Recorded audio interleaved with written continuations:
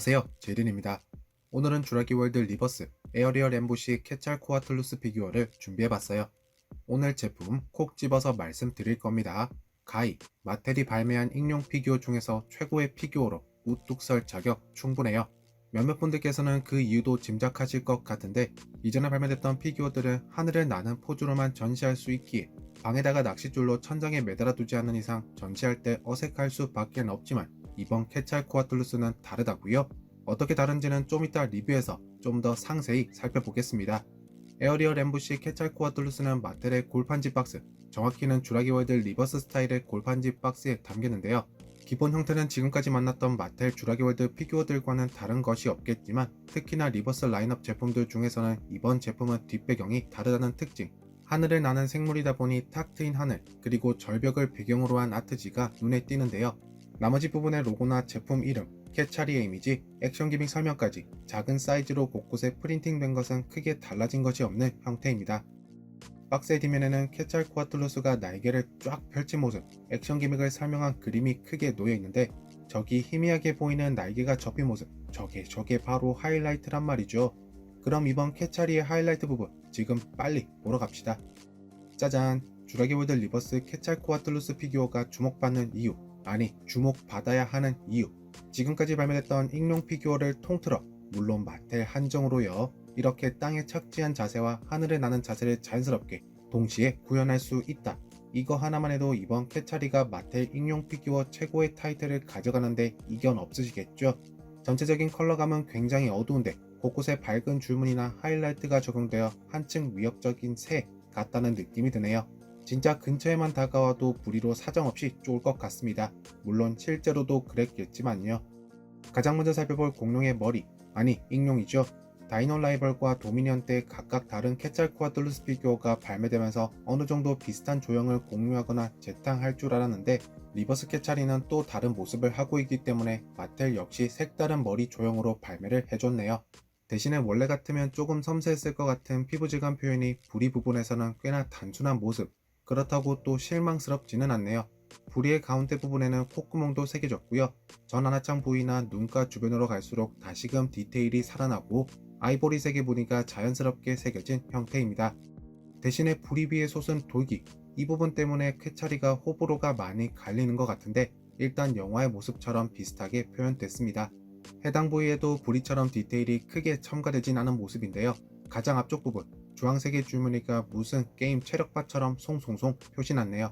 이런 모습 대신에 해당 부분도 오히려 부리처럼 자연스러운 에어브러싱 느낌으로 처리됐으면 더 좋았을 것 같습니다. 케차리의 눈가 주변은 붉은색과 주황색이 섞인 듯한 톤에 굉장히 강렬한 색상으로 강조됐는데요. 약간 이 부분 때문에 가뜩이나 어두운 전체적인 색감에다가 더불어 강렬한 이미지가 만들어지는 듯 합니다. 그리고 그런 익룡의 눈은 노란색으로, 동공은 검정색으로 깔끔하게 마무리. 익룡의 아래턱 역시 윗턱과 동일하게 디테일이 그렇게 선명하거나 섬세한 느낌은 없습니다. 특히나 앞쪽은 더더욱이요. 하지만 뒤쪽으로 갈수록 다시금 디테일은 살아나는 느낌.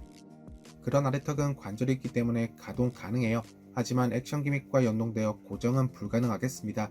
아니 근데 이쯤 되면 이제 마텔도 대형 익룡류 정도는 아래턱에 개별적인 관절에 적용한 제품을 하나 뽑아줄 만도 한데, 이번에 날개가 그랬던 것처럼 턱도 그냥 우리가 조정이 가능했더라면 좀 더 좋았을 것 같습니다. 입안의 혓바닥 꽤나 역동적인 모습으로 조형되네요. 약간 포효했을 때 그런 웨이브 형태인데 곡선의 미와 질감 표현, 유광 표현이 잘 어우러진 듯 합니다. 아래턱의 잇몸이라던가 뺨 쪽의 근육은 도색이 완료됐지만 미립천장 부분은 도색이 생략된 것이 이 정도 크기의 마텔 피규어에선 빠뜨리기가 힘들었을 텐데 하는 의문을 가지게 만드네요. 케찰코아틀루스의 목, 얼굴에서와 다르게 이제 본격적으로 깃털 표현들이 뻗쳐나오기 시작해요. 특히나 목의 가장 윗부분에는 이렇게 뻗쳐나온 털, 이게 돌기는 아닌 것 같아요. 털도 있고요. 나머지 부분은 꽤나 섬세하게 털 같은 느낌의 조형이 전체적으로 새겨졌습니다. 검정색과 하얀색이 조화라 얼룩말이 떠오르기도 하는 스트라이프 줄무늬. 아쉽게도 목의 앞쪽에는 4개나 있지만 목의 뒷부분은 아래쪽에만 달랑 2개, 이후로는 줄무늬가 자취를 감추게 되네요.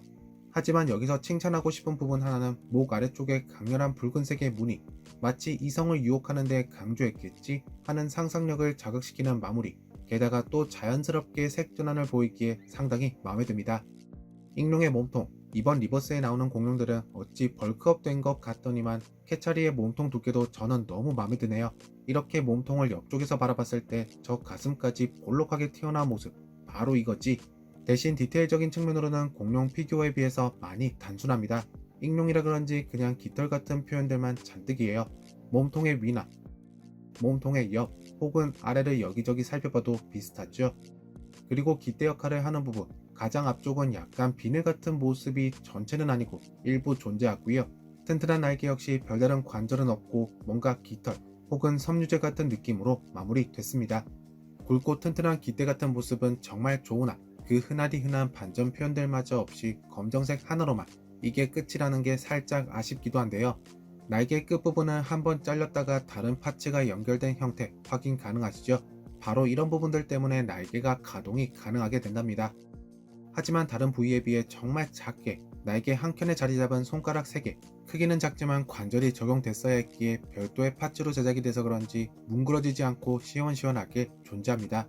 대신 손톱 도색은 생략, 여전히 마텔했다. 날개막, 해당 부분 때문에 이번 케찰코아틀루스 피규어는 착지 상태의 모습까지 피규어로 구현할 수 있었는데요. 보통 같으면 통짜 플라스틱, 진짜 잘해줘봐야 조금 부드러운 플라스틱 재질로, 아니면 엠버 컬렉션이나 해먼드 컬렉션까지 가야 익룡의 날개막은 가동이 어느 정도 가능하도록 제작이 되는데, 사실 이건 눈 가리고 아웅 수준이죠. 우리가 진짜 원했던 착지 모습은 시도도 할 수 없었다고요. 하지만 이번 캐차리 피규어는 캐너사의 프테라노돈처럼 날개막이 천으로 제작됐다는 사실, 날개막이 천으로 제작됐습니다. 이 부분 강조할게요. 마텔 익룡 피규어 역사상 최초로 시도된 부분인데 해당 부분 때문에 훨씬 자연스러운 느낌이 들고 가동도 자유로워진다는 사실. 날개막의 베이스 색상은 파란색, 그리고 검정색의 무늬와 마치 날개막 주름 혹은 혈관을 표현하려는 것 같은 갯지렁이들이 여기저기 존재하는데요. 날개 밑으로 갈수록 날개막에는 줄무늬가 아니라 어두운 톤으로의 자연스러운 색 전환이 일어납니다.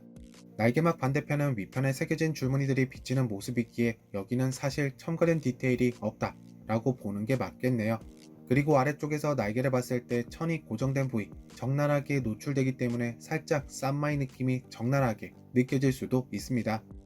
케찰코아틀루스의 뒷다리, 정말 닭다리처럼 생겼네요. 오늘 저녁은 황홀.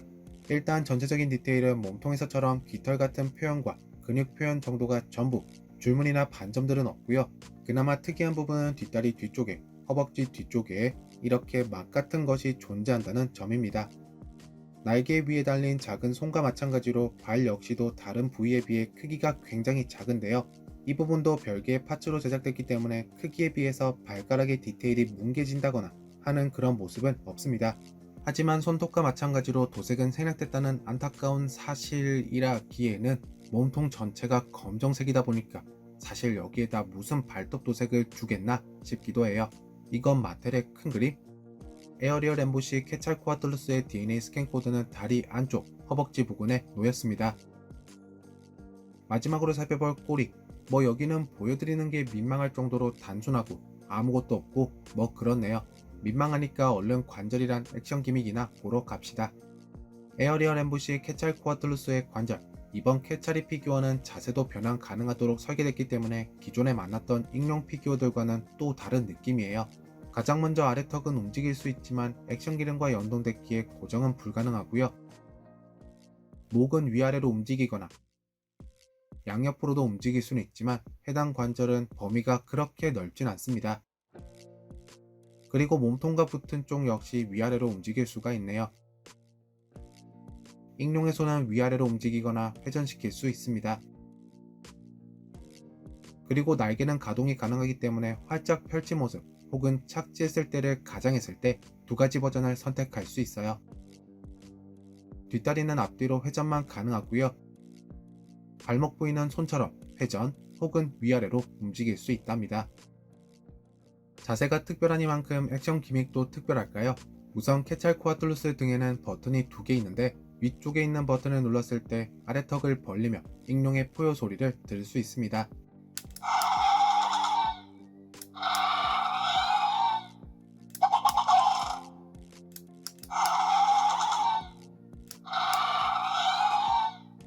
다음으로 아래쪽에 있는 버튼을 누르면 날개를 활짝 펼치는 액션 기믹이 활성화되어 하지만 해당 부분의 버튼 효과를 보기 위해서는 우선 익룡이 앉은 포즈를 먼저 취해야 합니다.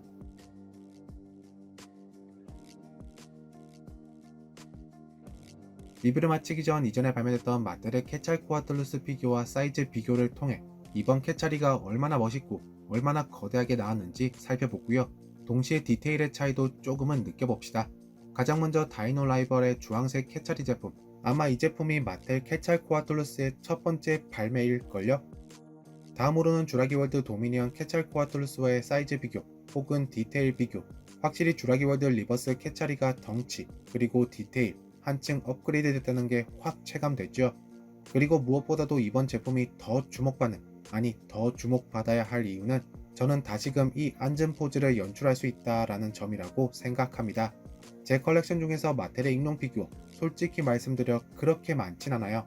몇 개 가지고 있긴 한데 익룡 피규어들의 발매가 그리 잦지도 않고 나온다고 해도 그렇게 끌리지가 않아서 가뭄에 콩나듯 구매를 하는 정도인데 이번 캐찰이는 온라인에서 공식 이미지, 특히 앉은 포즈를 봤을 때 이미 눈이 돌아가서 저건 꼭 사야 된다 다짐을 하게 됐답니다. 이번 제품은 다행히도 미국 월마트에서 비교적 쉽게 구매할 수 있었기 때문에 한국에 정식으로 발매가 되기 전 여러분들께 소개시켜드리는 시간을 가질 수 있었는데요. 이전 영상에서 리뷰했었던 디렉스 피규어는 솔직히 사실 분들만 사셔라 를 강조했던 반면 이번 케찰코아툴루스 피규어는 스피노와 더불어 필구를 하시는 게 어떨까 조심스레 제안을 드립니다. 여러분들은 주라기월드 리버스 에어리얼 엠보시 케찰코아툴루스 피규어를 어떻게 보셨을까요? 주라기월드 새로운 시작 영화에서 가장 활약했으면 하는 공룡 혹은 고생물은 어떤 것인지까지도 댓글에 한마디씩 꼭 남겨주시고요. 그럼 저는 다음번 영상에서 뵙겠습니다. 안녕히 계세요.